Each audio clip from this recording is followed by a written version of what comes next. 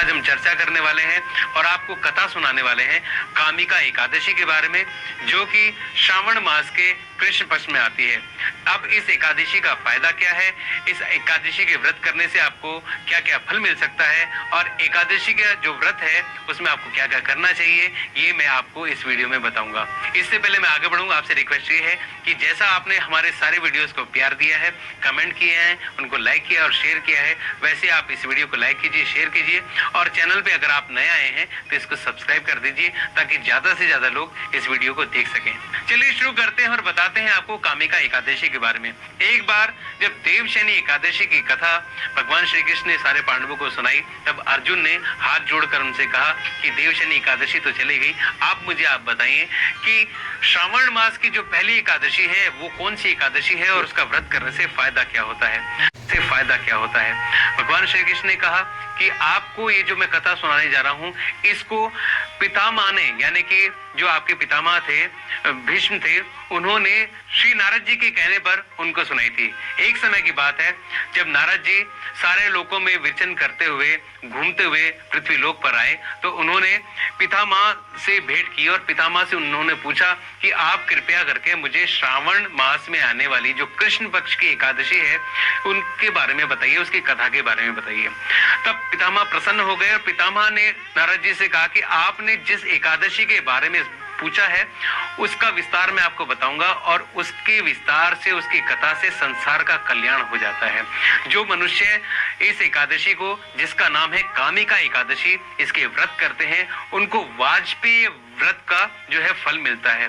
जैसा कि आपने सुना होगा कि सूर्य ग्रहण और चंद्र ग्रहण के समय कुरुक्षेत्र में और नदियों में स्नान करने से जो पुण्य प्राप्त होता है वो इस एकादशी के व्रत करने से प्राप्त होता है।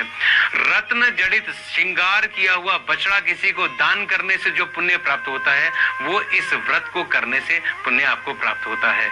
जो मनुष्य इस व्रत को करता है, कामिका एकादशी को व्रत करता है, उसको असमय यमराज के दर्शन नहीं होते और उसको अंत समय में किसी प्रकार के नरक के भोगने की आवश्यकता नहीं रहती। वो संसार में सुखी रहता है और लोगों से अलग रहता है। जैसे कि कमल का फूल कीचड़ में रहता है, यानी कि बुराइयों से दूर रहता है, ऐसा ही व्यक्ति जो कि इस व्रत को करता है वो कमल के समान इस संसार में रहता है, बुराइयों से दूर रहता है। अगर इस दिन आप तुलसी दल से, यानी कि तुलसी के पत्तों से, तुलसी के 9 पत्तों से भगवान विष्णु की पूजा करते हैं तो इसमें जो आपका जो फल मिलता है इस व्रत का वो कई हजार गुना मिलता है। भगवान विष्णु बहुत प्रसन्न हो जाते हैं। ऐसे में जो तुलसी दल के नए पत्तों से भगवान की पूजा करते हैं, भगवान विष्णु की पूजा करते हैं, उनको उतना ही पुण्य प्राप्त होता है जो कि एक बार स्वर्ण दान करने से, 4 बार चांदी दान करने से प्राप्त होता है। उतना ही फल आपको सिर्फ तुलसी के पत्ते भगवान की पूजा करने में अगर आप इस्तेमाल करते हैं तो उससे प्राप्त होता है। एकादशी के दिन तुलसी के पत्ते तोड़ना वर्जित होता है, इसलिए आप एक दिन पहले तुलसी के पत्ते तोड़ के रख सकते हैं। तो नारद जी, मैं अब आपको कामिका एकादशी की कथा सुनाता हूँ। एक समय की बात है, एक गांव में एक क्षत्रिय रहता था। उसका किसी बात पर, किसी विवाद पर एक ब्राह्मण से झगड़ा हो गया और झगड़ा इतना बढ़ गया कि जो ब्राह्मण था उसने उस लड़ाई के अंदर, उस वाद विवाद के अंदर अपने प्राण त्याग दिए, यानी कि क्षत्रिय से उस ब्राह्मण की हत्या हो गई। ये देखकर क्षत्रिय बड़ा दुखी हुआ और उसने उस ब्राह्मण की क्रिया करनी चाहिए। जब उस ब्राह्मण का वो अंतिम संस्कार करने के लिए बढ़ रहा था आगे, तब ब्राह्मण समाज के लोग वहां पर आ गए और सभी ब्राह्मणों ने क्षत्रिय को ये करने से रोक दिया। उन्होंने कहा कि आप ये काम नहीं कर सकते हैं क्योंकि आप इसके भागी नहीं हैं, आप पर ब्रह्म हत्या का पाप लग चुका है। जब तक आप इसका प्रायश्चित नहीं करेंगे तब तक आप अब किसी तरह का जो कर्म जो है नहीं कर सकते और आपको हमारे समाज में हम मान्यता नहीं देंगे। ये सुनकर वह क्षत्रिय बड़ा दुखी हुआ और दुखी मन से उसने सारे ब्राह्मणों से क्षमा मांगी और अपने पाप से मुक्ति प्राप्त करने के लिए उसने उपाय पूछा। ब्राह्मणों को उस पर दया आ गई और उन्होंने बताया कि अगर आप श्रावण मास के कृष्ण पक्ष में आने वाली जो एकादशी है उसकी अगर आप पूजा करते हैं, उसमें अगर आप व्रत करते हैं तो आपसे जो ब्रह्म हत्या हुई है उसका पाप मिट जाएगा। श्रावण मास आया तब उस क्षत्रिय ने कामिका एकादशी का व्रत किया और इस व्रत के करने से वो ब्रह्म हत्या के पाप से मुक्त हो गया। इस व्रत को करने के बाद जब वो रात्रि में सोया तो रात को सपने में उसमें भगवान श्रीधर ने उसको दर्शन दिए। उसने कहा कि आपने जो आज पूजा की है, सच्चे मन से मेरा व्रत किया है, इससे आप ब्रह्म हत्या के पाप से मुक्त हो गए हैं।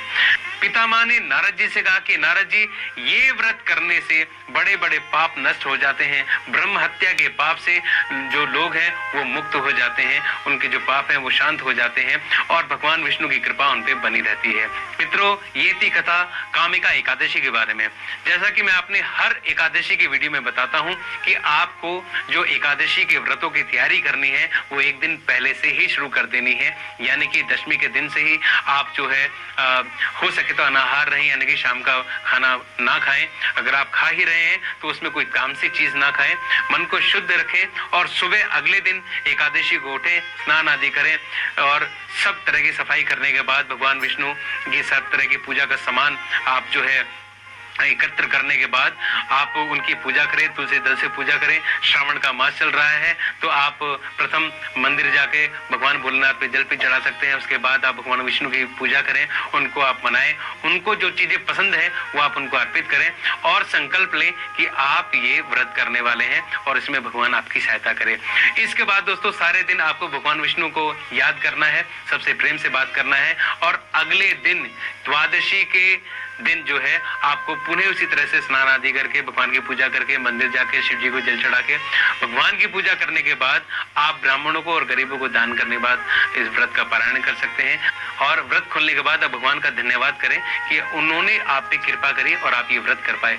मित्रों, आशा है कि आपको वीडियो बहुत ही प्रेरणादायी रहा होगा। अगर आपको वीडियो पसंद आया तो आपसे रिक्वेस्ट है कि आप कमेंट करके मुझे अपने विचार बता सकते हैं। अगर आप किसी और एकादशी के बारे में या फिर किसी व्रत के विधान पूछना चाहते हैं तो भी आप कमेंट कर सकते हैं।